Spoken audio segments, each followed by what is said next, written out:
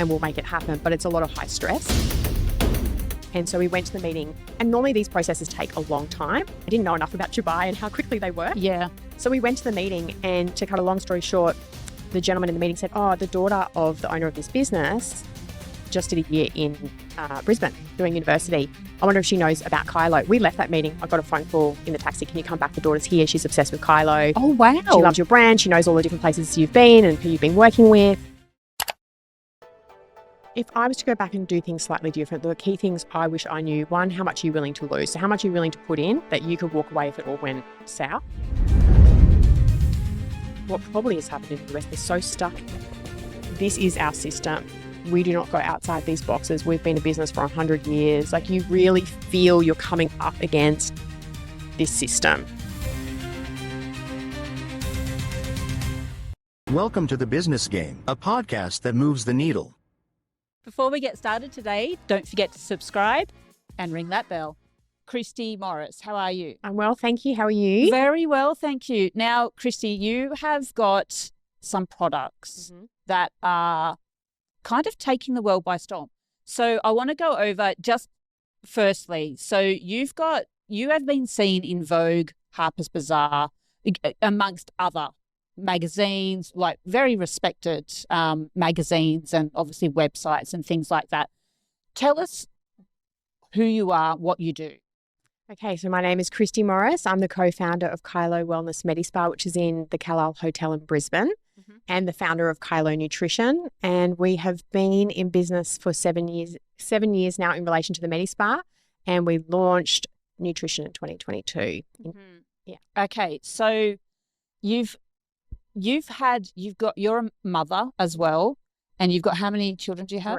Three. And now, is my research correct in saying that at one point you upped from Australia and went to the US and you launched there? Is that right? No, so I went on a journey for my son who was suffering from severe OCD. He was only 4 at the time. He's now almost 16. And so throughout that journey, that's how Kailo was born. It was seeing all of the different things that were happening in LA. And then we had this big gap in Australia around that luxury one-stop wellness space where you could do everything from medical to wellness to skin to nutrition. Yeah, right. And so that's how the concept came about. And then after that 2-year journey with my son, Kailo was opened in 2018. So Kailo was born straight out looking after your son, making sure he gets the best nutritional products available and trying to assist with any. Yeah, I think just on that journey, learning that your health really goes so much deeper. And so understanding a holistic approach was able to help him come through that. And had we not gone on that journey, he wouldn't be where he is today. So what was your first product?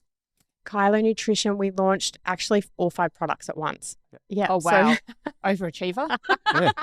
So we've got Feel Well, which is your gut health, a sleep health, and immune system health, because they were always the things that we were scripting out of Kailo Medispa for people. They were always coming in with those issues and we're like, go buy this, go buy that. And so then I thought, well, it's time to probably create our own and something that we can truly back. And so when it was born, we knew that we also needed to include the plant-based side of things as well, because that's also a huge movement. And that's really around sustainability as well. From with the plant-based globally, there's a big movement around that. So we wanted to make sure that we were offering to all.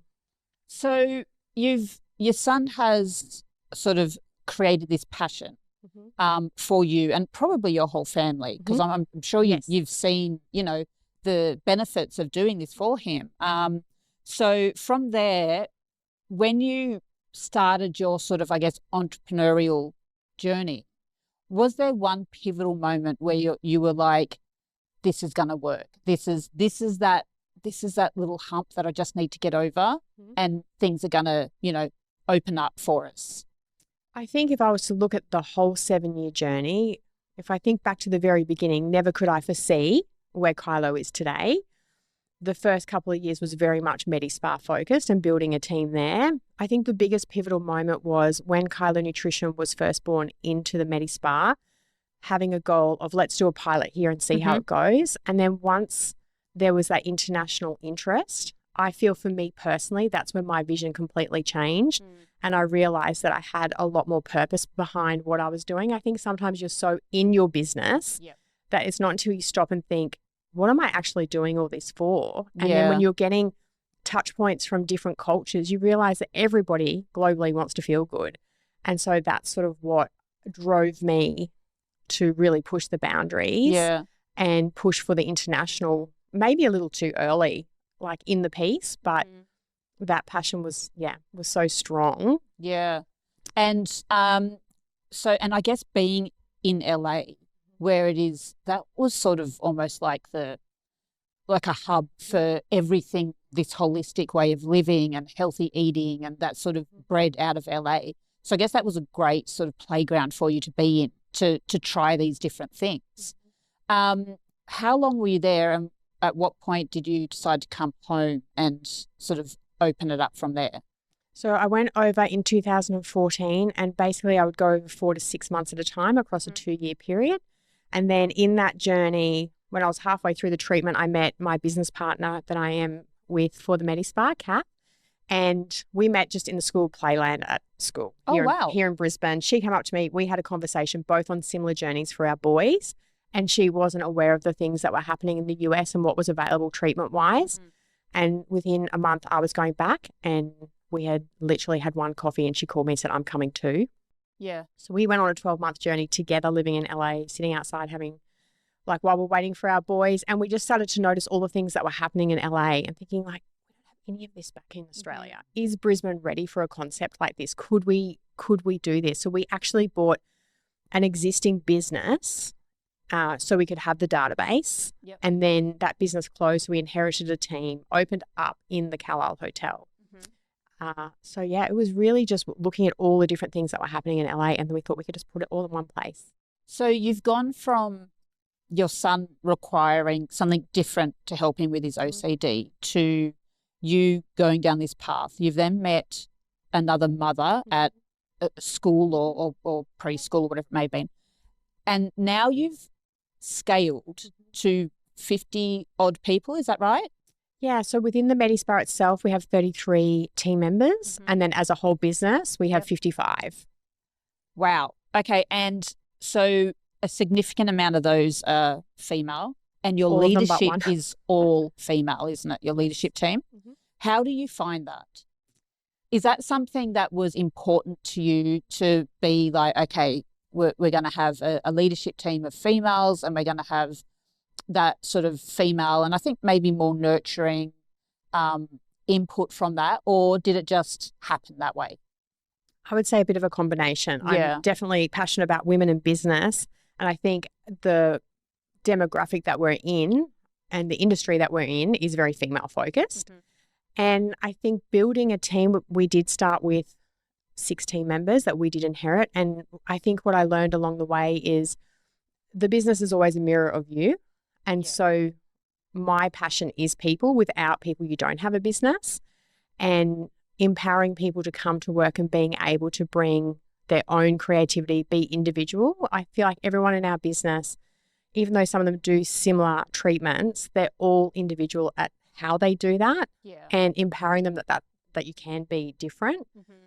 The leadership side for me, I feel, and we have Carol, who's our operations manager and has been in the business for 6 years.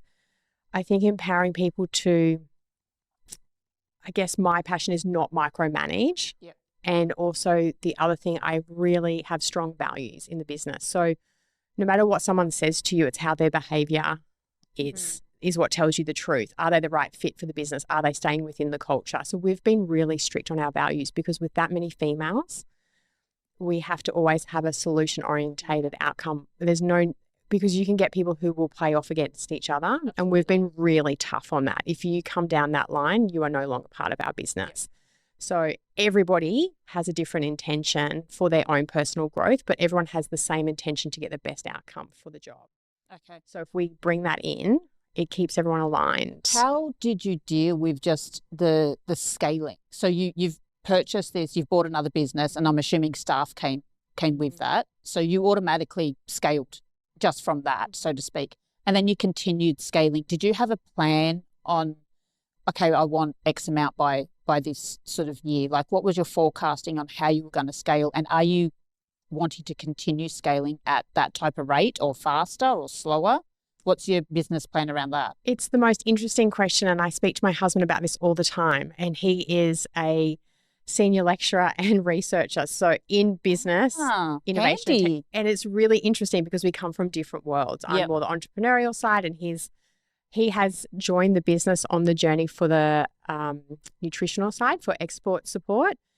And I often get asked, what's your strategy? And what I can honestly say is I don't think you go in with a strategy. I think what happens, it unfolds and you go in a direction you're not prepared for. Yep. And then you have to figure out how you're going to go in that direction.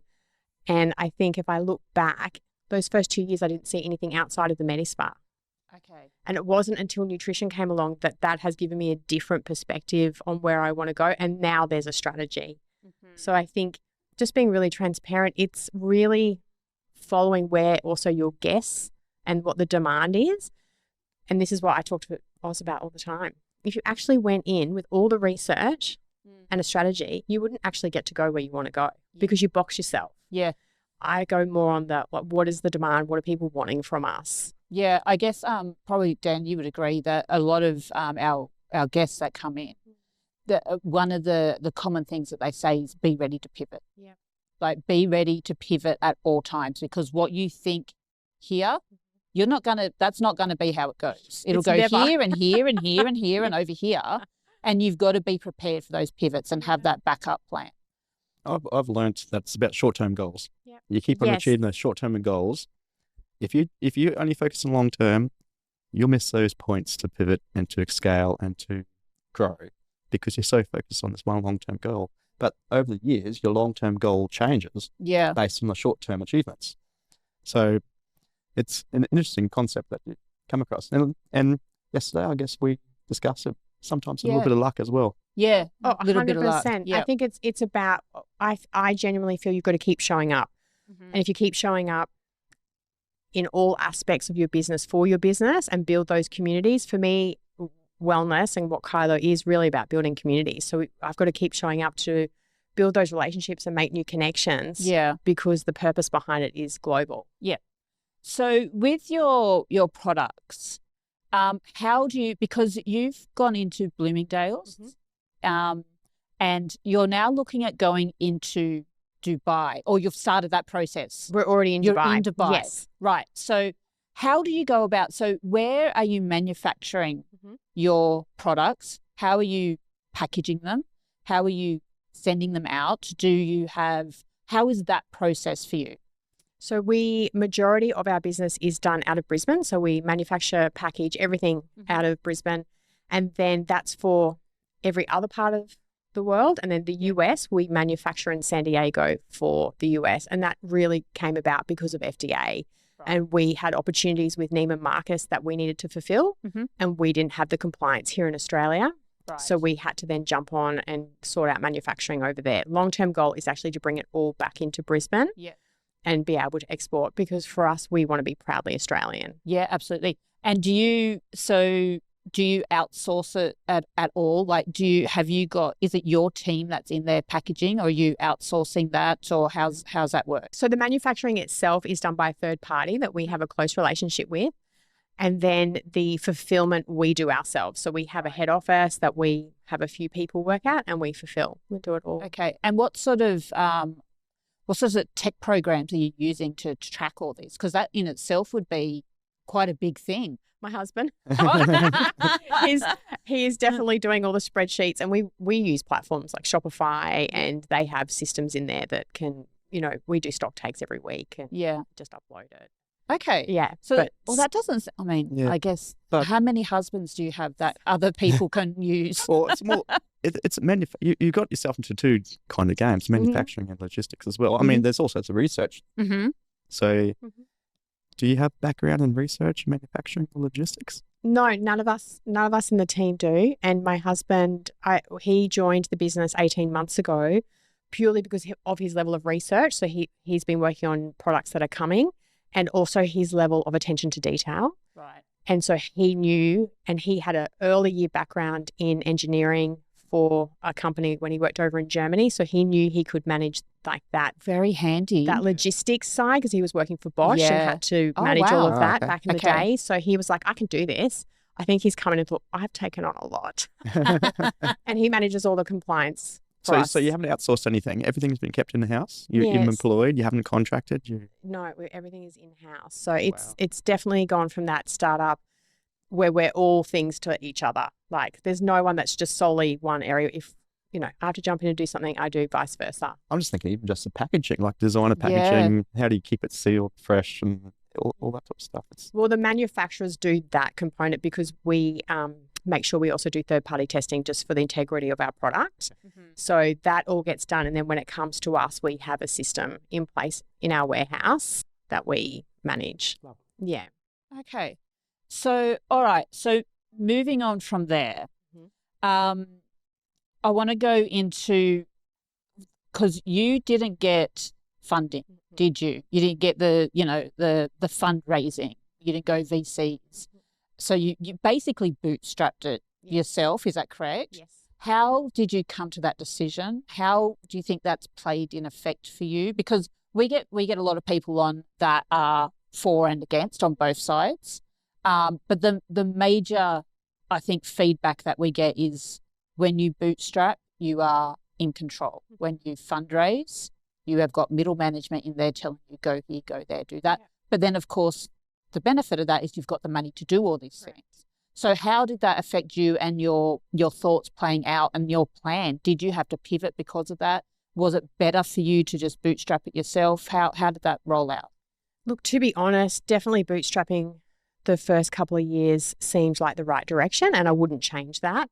Where we sit right now, and I think when you're in the game of wholesale, it's completely different for your cash flow. So someone will buy off you, but the agreements are often 90 days before you get paid. Yeah. But in that time, they could reorder. Yeah. So what we're facing now is we've just also launched over into Germany, and we've got more orders coming in through Dubai. And what's happening is we're now trying to work with banks on purchase order finance and all of these things. But because all of these invoices are going to be paid at the back end of the year, and we're only a couple of years in, the feedback is you're too early. You're too it's looking good. That's amazing. You're too early.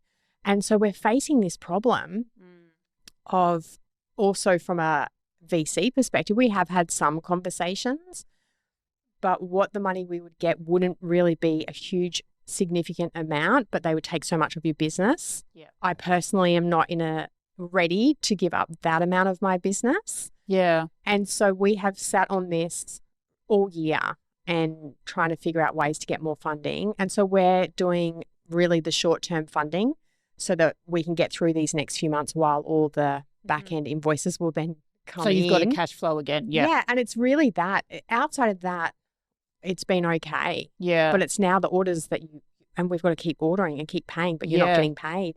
So it's quite tough. And I think it's all those little things. I mean, Dan, this is your world. Yeah, definitely.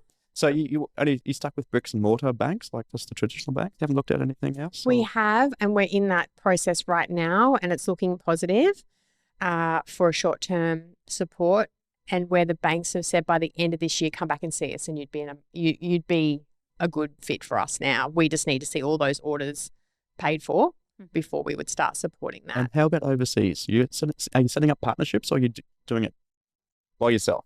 We've been doing everything by ourselves except in the US, where we do have a 3PL over there and the manufacturing that all gets managed. But the issue you have there is you're paying Australian dollars into the US dollar. Yeah. And Ouch. So, yeah. Ups and downs. Yeah. So long term, that's why we just see it's better to do it all out of Australia. And you can also then go for export support from the government. There's so many other things we could do if we were 100% exporting.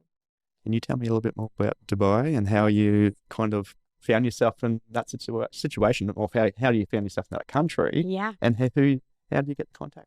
So what we did before the Dubai situation is we were working with a gentleman who literally just travels the world, works for multiple brands, and he just gets intros to buyers for you. And then you have the conversation, it goes from there. We happened to be going to Dubai. I did stem cell treatment last year, and Antonio, the gentleman we were working with, said, I can set up a meeting. There's a business in Dubai really interested in your products. And so we went to the meeting, And normally these processes take a long time. Yeah. I didn't know enough about Dubai and how quickly they work. Yeah. So we went to the meeting, and to cut a long story short, the gentleman in the meeting said, oh, the daughter of the owner of this business just did a year in Brisbane doing university. I wonder if she knows about Kailo. We left that meeting. I got a phone call in the taxi. Can you come back? The daughter's here. She's obsessed with Kailo. Oh, wow. She loves your brand. She knows all the different places you've been and who you've been working with. And so she came into the meeting, and they own 60, like Whole Foods in the US. It's that type of more organic, upmarket grocer, and said, we would love to work with you, and would you be interested in potentially doing a smoothie bar with us and baked goods? Because we showed them our Kailo. We have what's called Kailo Kitchen, where we do a lot of food made out of our products. So you're speaking my language now. Yeah. Numbers and figures might be his, food is mine. And so that was in the November of last year. They wanted to open a smoothie bar by the December. We were like, we're not even compliant in Dubai yet. And I know my husband's sitting there thinking, hold on, compliance takes ages.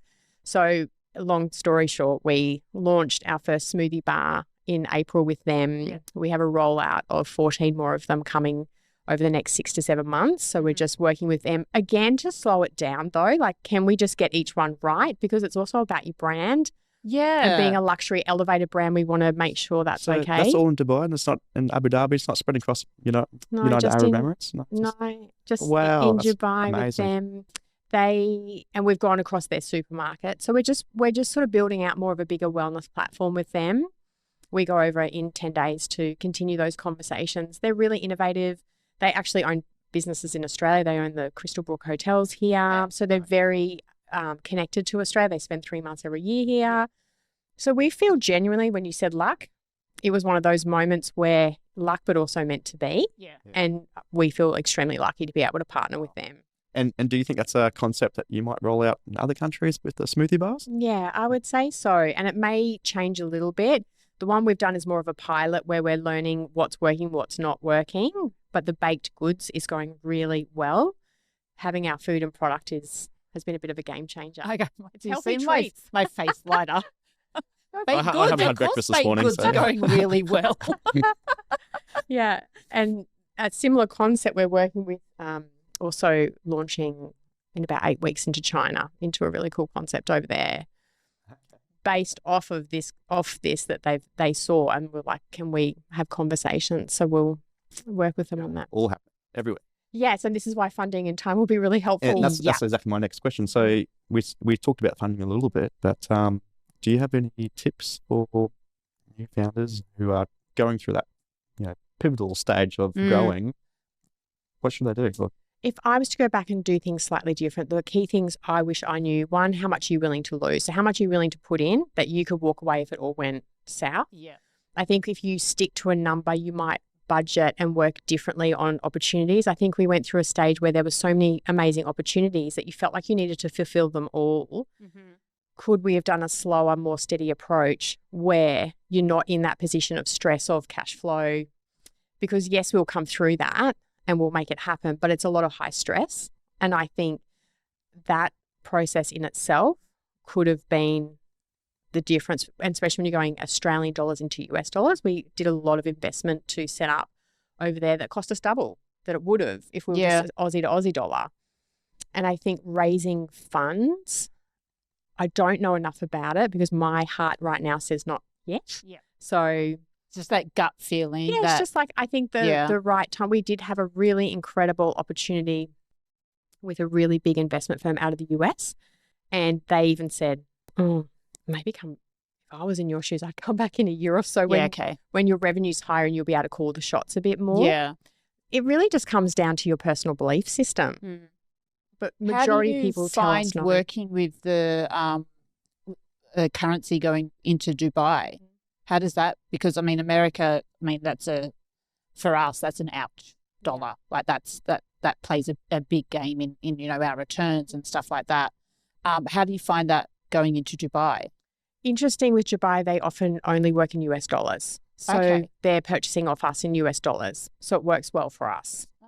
Yeah. Yeah, it's really interesting. Yeah. So you've created the separate bank accounts and you've got your US dollar bank account. Leave it in there. We've got quite a few different tax people now that we're having to deal with. In the US, we have 4 different tax people we work with in the US because every state is a different tax law. Of course. In the US, nightmare. It is a nightmare. Yeah, that is. I forgot about them with their different laws in different states. And so when we have a Zoom call, we have 4 different tax agents. Yeah, that's a headache. And I still don't understand it. Yeah, no. I feel sorry for you. And our accountant here still doesn't understand it. Wow.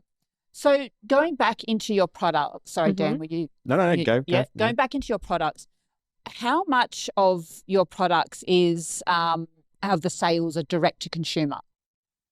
As in percentage-wise, Yeah. I would say, we were doing these figures actually only a couple of weeks ago. Right now, our B2B is growing the fastest. Okay. And so we would probably be sitting more on the 60 to 65% B2B, and then the rest has been direct to consumer. But we have only really invested in the e-commerce side in the last sort of 8 to 10 months. Right. And so we've been on a learning curve of Absolutely content. How does this work? What lands? What doesn't land? Yeah. That's a whole game. So what channels are you using? We're using Meta. Yeah. And now next week we launch onto Google, which we haven't done yet either. Okay. So that's a first. Okay. So it might explode in the next few years. Yeah. That would be great. That would help with cash flow. I mean, if they're one would have to think if you're only using Meta, and what was your B2B?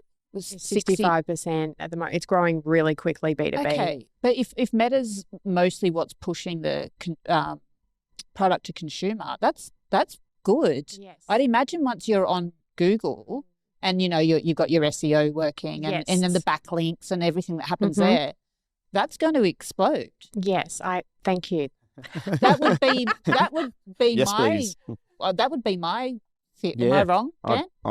I agree. If you get the SEO happening correctly, it's going to go crazy. And I think that's where we're learning, right? Because we've not done this before. It's all learning. And you follow up with a bit of social media in terms of Instagram, YouTube, whatever else. It's going to go crazy. Yeah. So back to your business customers though, is it mostly retailers or are you going to other spas or health food shops or? It's such a mix. So in the US, it's more luxury. So you got Neiman Marcus, Bloomingdale's. We're just launching on the vitamin shop at the moment. That actually took a year to set up with the vitamin shop. Really? 1 whole year. Because they love pushing having lived in the US for some time, they love pushing an Aussie product. Yes, but it's taken a year for setup. Anyway. Okay. And then, I don't know if you've ever heard of Creation Organics. They're a really cool, been around a long time, juicery, starts with K, in LA, 24 stores. We've done a few with them where campaigns with our product, you buy Juice Cleanse, you get Kailo Nutrition. Oh, yeah. Yeah, so that's going really well with them as well. But it's interesting. So, USA has been very luxury. Then we're going into Dubai. We're in luxury, more groceries and food and smoothie bars. And then in Australia, what we've seen a massive uptake in very high-end Pilates studios. We're in some incredible gyms in Australia. We're in more your whole food markets here as well. And then hotels. So there seems to be an interest in that turn down service, having the sleep well on the pillow or. Oh, nice. And then you're Very getting smart. you're getting that interest from really top tier hotels at the moment that's coming through. And the biggest thing that's happening for us in Australia right now is sport. Really? So that will unfold over the next 6 months, but there's been a big interest into professional sport. We have the same in the US, but we've been going through our certification over there to be able to fulfill those interests in the professional sport. I mean, I've said really that's a shock, but then the more I'm sitting here thinking about it, the more that makes complete and utter sense because, what they put into your body is what fuels what their output is. So, and historically, if you look at sport, it's been sponsorship support by alcohol or sporting I remember energy drinks. I remember when the NRL football used to be sponsored by Winfield. Oh cigarettes. My gosh, of course it did too. I actually remember this. Yeah. I was like, the cigarettes was their major company. Was it the Winfield Cup? Yeah. Yes, because my father's an ex-professional footballer, so I'm actually remembering this from back in the day. The Winfield Cup. Yes. That's and we never blinked an eye at it. Right. No. And so there's a huge shift, but also in that space of the younger, just before they go pro, they're now becoming interested in learning about their nutrition. And we have nutritionists on our team that can support that. Yeah. So have you, is this going through the AIS or something for this this younger core of athletes? It's been coming through the specific clubs. So, okay. yeah, it might be a professional basketball Yep. team, and then they have their academy underneath, for example. And so we're working with them as a whole, and the same in some other sports as well. So. Okay. So are your products, and sorry for sounding naive here because I should know this, are yours all like things you ingest, or do you have like topical products like creams or anything like that as well? More All importantly, ingestible. do you have any samples for us today? Yeah. This is what I'm thinking. I could really do with a I will nice send you cream. some samples. I will literally ship you some out of our fulfillment today, so you can try them. It's all in. Well, we initially were told you've got ingestible beauty, and we were like, "Oh, do we?" I had not heard of that word many years like ago. that. Yeah, I like it too. It sounds wrong at the same time. I know. It I sounds was good. trying to work out a good way to say it. Like, have you just got stuff that you eat? Yeah, so it's ingestible beauty, Ingestible beauty. I feel that's very American, and that's very much the space we've gone in. Yeah. Our intention is to stay luxury, but to go more into the more credible sporting world. Yeah. Nutrition. Yeah, because that is our passion, and that's where this all came from, is we have an incredible team. Mm-hmm. And Germany, what's happening in Germany? So Germany, it's called Niche Beauty, and it is probably the world's most luxurious online platform where they only have unique products. What's it called? Niche, Niche. Yep, beauty. And yeah, we've gone through a big compliance, but it's all shipped over, so it's about to launch now. And they facilitate the whole of Europe and the UK. So yeah. Oh wow. Yeah, this is a big thing. Yeah, that's probably right now would be one of the most exciting things that's about to happen for us. Okay. Wow. Okay, so you'll be within the niche beauty world per se. Oh, okay. What's it? I got to ask this from a girly. Yeah. What's it like being in Bloomingdale's? Bloomingdale's is pretty incredible, and I have to say, as a big platform that they are, they're incredible to work with. Really? Yes, I was quite shocked because you realise what a small fish you are as a little Aussie from Brisbane, and then you go to these meetings and they are amazing. So what they have inside Bloomingdale's is called Beauty Space. It's really like your elevated version of that boutique style of Mecca sitting inside Bloomingdale's, where they have basically niche products. And so Bloomingdale's is a bit of a big deal. Yes. Yeah. Bloomingdale's is incredible. Yeah. And so is Neiman. Like Neiman Marcus, I guess, is that next step up of luxury. But what I feel with Bloomingdale's, it has such a global cult understanding. Yeah, it does. A bit like, I guess, like Harrods. Correct. Are you going to go into Harrods? I don't know. I mean, of course, if the opportunity came about, but I wonder in that really extreme elevation, are people going in to shop for supplements? I feel like in time, I think the UK is not quite there with wellness. It's moving. Probably not. Whereas Germany is one of the fastest growing countries in the world for wellness. Okay. What about the sort of Baltic areas? Like, are they, because I'd imagine they seem pretty onto it. Yeah. And I guess in many ways, they're very entrepreneurial in the way that they even run their countries is very different. Yeah. We haven't looked at that side of things just yet. I feel like right now we had to go through all this compliance. I feel like I'm living some kind of fantasy through your story. Yeah.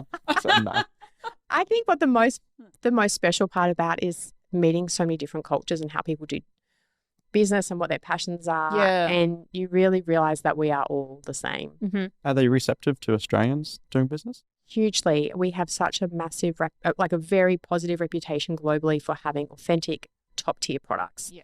So there's a big push because we have one of the strongest and toughest compliance. We do. Yeah. So Canada and Australia, two countries that are just so tough. Yeah. So they really trust your product. They know that what's on the label is what's in the product. In the US, they get away with a lot more. That's why they also trust our product. In the US, like as I said before, they love putting, this is Aussie, this is Australia. Yeah. Like when I was there, I'm like, I've never seen this brand in my life. Yes. If I look at our B2B, we launched in the US before we'd even gone into a B2B in Australia because we were just in the Medispa, got the interest, jumped on it. Yeah. And then we had to work backwards.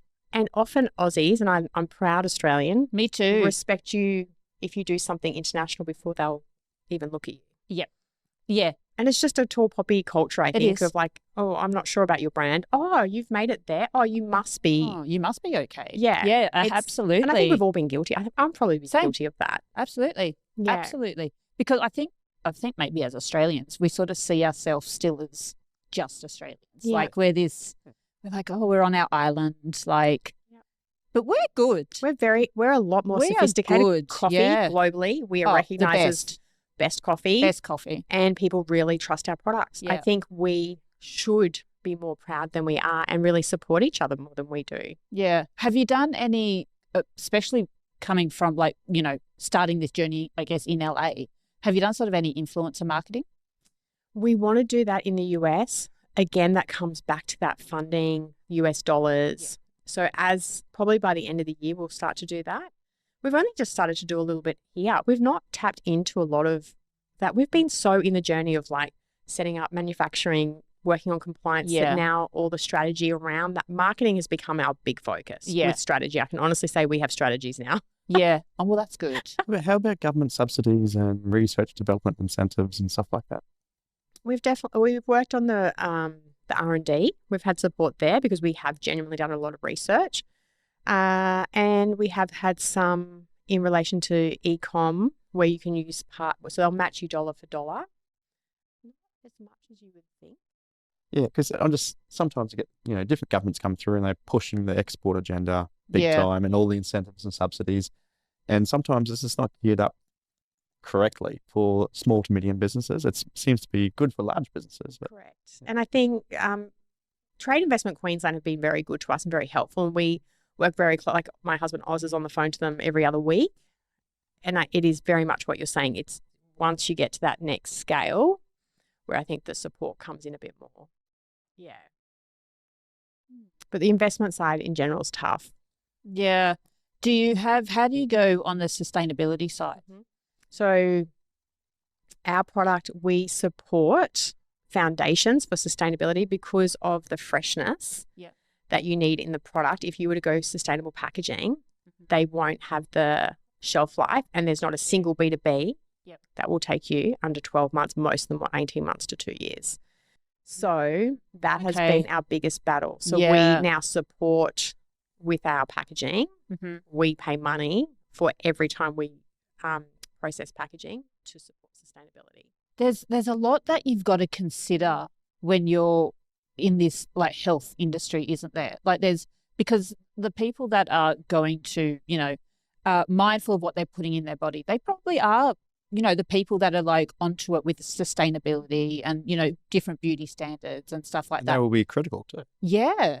Yeah. But see, if you have preservatives in your product, which we don't, you could go sustainable packaging because it will last because it's got preservatives in it. Because ours is so natural, and even in the US, we have a peppermint oil that goes into our product. There's no way it would, and maybe in time sustainable packaging will get there. Yeah, but it's not there yet. It's not there yet. Interesting. Just because I love talking about Aussies, so Europeans and Americans and that they tend to love Australians. I don't actually know why. We're just kind of cool, I guess. What's What's the thoughts in Dubai? As in for us, or what are the Emiratis? Is that correct? Yeah. What do the Emiratis? What do they view Australians as? Welcome to it. I would say they are the most welcoming. Culturally, what I've found, they treat you like family. Yep. There is so much warmth. There's so many beautiful gestures that come with doing business over there. That's very different to other countries. I think when you go to a scale with big corporations like over in the US, you have great relationships. But when you go to somewhere like Dubai, it is definitely, let's sit down, have a coffee. It's very ceremonial with some of the way that they go about things. There's a lot of respect. And so I think I'm lucky because my husband is originally from Turkey, so he understands the Middle Eastern culture. Yeah. Okay. And everything is around respect and how you speak to each other, and which is good. Yes, how it it's should been be. An incredible. There's not one part of that journey that has been difficult. It has been a very honest, ethical process. Culture-wise, who's been the most difficult you've had to deal with? I would say this with kindness because I do love America. I agree. That would have been my guess too. We have found is there are a lot of people who will come to you and promise you the world, but it's a lot of front. And then when you as Aussies, and this is why we are often loved, is we are authentic, laid back. It's a mateship. So my word is my word. Yeah. And so we have definitely had some moments of being burnt along the way. Yeah. And now we're very tough. Yeah. And then you go somewhere culturally like Dubai and you're like, wow, they follow through on what they say. Yeah. And we've found that with the Germans too. Yeah, okay. Really follow through on everything that they say. It's been a really positive experience. It's interesting, isn't it? Because when I was working in the US, and I was in essentially a sales role. It was that they kind of didn't care what I was selling. The question was, is this going to work for us? It's like, well, yes, it is. And I'm like, right, done. Like the meetings and the sales pitches there were so blunt and so direct. And so, I mean, it was great as, running that side of a business, that it was like, oh, okay. And they're just like, just send us an invoice. We don't care. Just if you're saying it's going to work, it's going to work. And I don't know if that's because Australians do have that sort of, we're known as being laid back and that. And if there was more trust that I was an Australian in the US selling them a product, or if they are in fact just do it. Like, and then like I found it quite almost refreshing because then I found if you sell something, say in the UK or something, it's a very long, drawn out process. But then it's interesting. Dubai seems like it's this beautiful of both. Like they're quick, but they're actually genuine and interested in what you're telling them, and they work with you. They spend with you. So what I found in the US, everything comes at a price. So great, you can get into Neiman's. Now if you want to go on our platform and you want to do one post on it, then that's $20,000. As a business trying to build, you can't afford to do those things. No.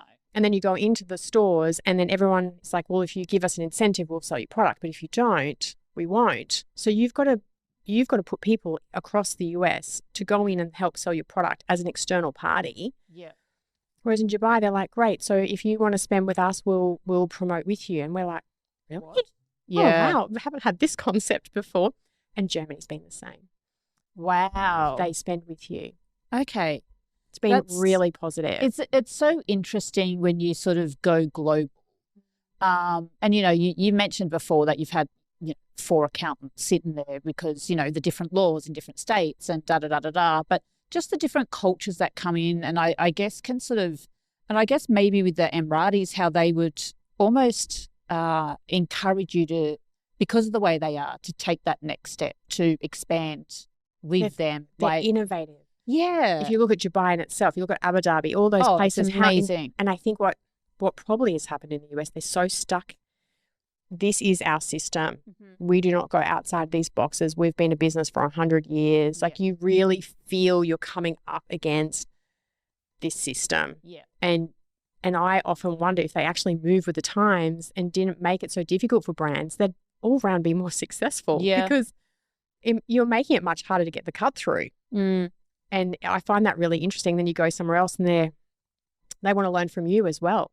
Yet they're 20 times more successful in Dubai, but they're like, that was what my have you done? point. It's that innovation. Yeah. So with the Emiratis being so open to learning from us, have you found that you've actually inspired them in any way? Yeah, and I think from a perspective of wellness, we feel here in Australia we've become, that luxury wellness leader, especially through the Medispa. And what I found really positive is they respect your journey and they understand our scale is obviously much smaller here. Yeah. But they genuinely want to understand and work with you on that. And they have come to us with all of, how do I put this? It's like we put forward the strategy and they will fulfill that strategy. Wow. And they teach us how it works over there so we can sort of mix it together. But they're like, if that's worked in Australia, we'll give it a go. Yeah. And I'm like, that's incredible considering how successful they are. As a family, they own businesses all over the world. Yeah. But that's probably why they've got Keep an open mind, and especially in business, you don't know what could be successful. What's the next big thing? And copying someone else all the time, it's never going to get you anywhere. Yeah. If you can copy it and do it better, maybe. But yeah. It's been a very impressive experience over there, and I can't wait to get back. I love being there. It's just incredible. Especially this time of year. Not looking forward to the 55-degree heat, but I know. When I was there, I think it was mid-August, so it was peak, and I think it was 53 degrees, and I've got a photo of my daughter, and we were out at a resort, like more in the desert, so not in Dubai itself. It's about an hour out. Okay. And there's this photo, and we're having dinner. It's dark, it's night, we're having dinner, and I've got this photo. She was, I think, 7 or 8 at the time, and she's just melted into the couch. She's bright red, and she just was not having it. She was, and it's like, we as Australians, we're used to hot. Yeah. But that is a different. It's next level. That is a different hot. Anyway, sadly, we're getting to the end. Dan, is there anything else that you would like to pull out of Kristy's brain? No. No? You got... Sorry. Okay, so I guess one question... Actually, I've got 2 more questions. Where do you want to be? What's your 5-year plan? What's your nirvana of like, I'm happy. We've done what we wanted to do. I'm happy now. Or do you have a plan? Is it just like what's coming at you? Just keep on taking and let's roll with it. I think it's more the purpose for me is I want to genuinely be known as a brand, Kailo, be the most globally recognized wellness brand, but not only most recognized, most trusted. So everything that we bring to the table, people go, if Kailo's bringing that to the table, we know that it is a safe, integral product. And all the other concepts we've done, even with our wellness summit that we had recently, bringing the best top tier practitioners to these events, just that trusted global brand. I don't have figures. I don't focus so much on the outcome financially. If you go by purpose, I always think you'll get there. So try not to, of course, everyone needs to make money. But, of course, it's business in the end, isn't it? Yeah, and going into countries where women are growing in terms of entrepreneurship. So I have a big passion to tap into Saudi Arabia and understand the movement for women that's happening there. That's really exciting. And I think as Westerners, we need to understand that more. Absolutely. And show up. Absolutely. Yeah, I'm very passionate about that. What is, and you can take this question, be it from a scaling aspect, a women's leadership team, whatever, entrepreneurial side. What has been the biggest thing that has moved the business needle for you? I would say if we didn't have the team that we have, we would not be doing any of the things that we're doing. It's having a team that are literally lit up every day by the purpose and they're hungry for it. Passion. 100%. Passion. So it's fantastic. It's those incredible people that show up for you every day, and you've got to show up for them too. And I always say, remember that our customers are choosing us. Never, ever forget that. Like we're nothing without our customer too. So, Kristy, thank you very much. Thank you. It's been absolutely brilliant. Give us one last pitch of who you are, what you do, and where do people find you? Sure. How can they buy your product? So Kristy Morris, founder of Kailo Group. We have Kailo Nutrition, which is your one-stop shop, I guess, supplement-wise. And so we have all key pillars of health. You find us on www.kailo.com.au. If you need any extra support for your body or mind, go to Kailo Wellness Medispa, which is in the Carlisle Hotel in Brisbane. Amazing. And I'll have all those links in the description, stuff like that, so people can get through to you, no problems. Thank you. It has been an absolute pleasure. My pleasure meeting you both I've too. loved every second of this. I've really enjoyed the conversation. Thank you. Yeah. It's been fun. To help support our continued mission to provide free, best-in-class advice from the world's most compelling business leaders, make sure to hit the subscribe button and ring that bell so you never miss an episode. See you next Thursday. Thanks for tuning in to The Business Game. If you like what you've heard, make sure to subscribe on YouTube and follow us on TikTok, Instagram, Facebook and LinkedIn to stay connected. A big thank you to our major sponsor SmoothX for powering today's episode, and join us again on the next episode of The Business Game, a podcast that moves the needle.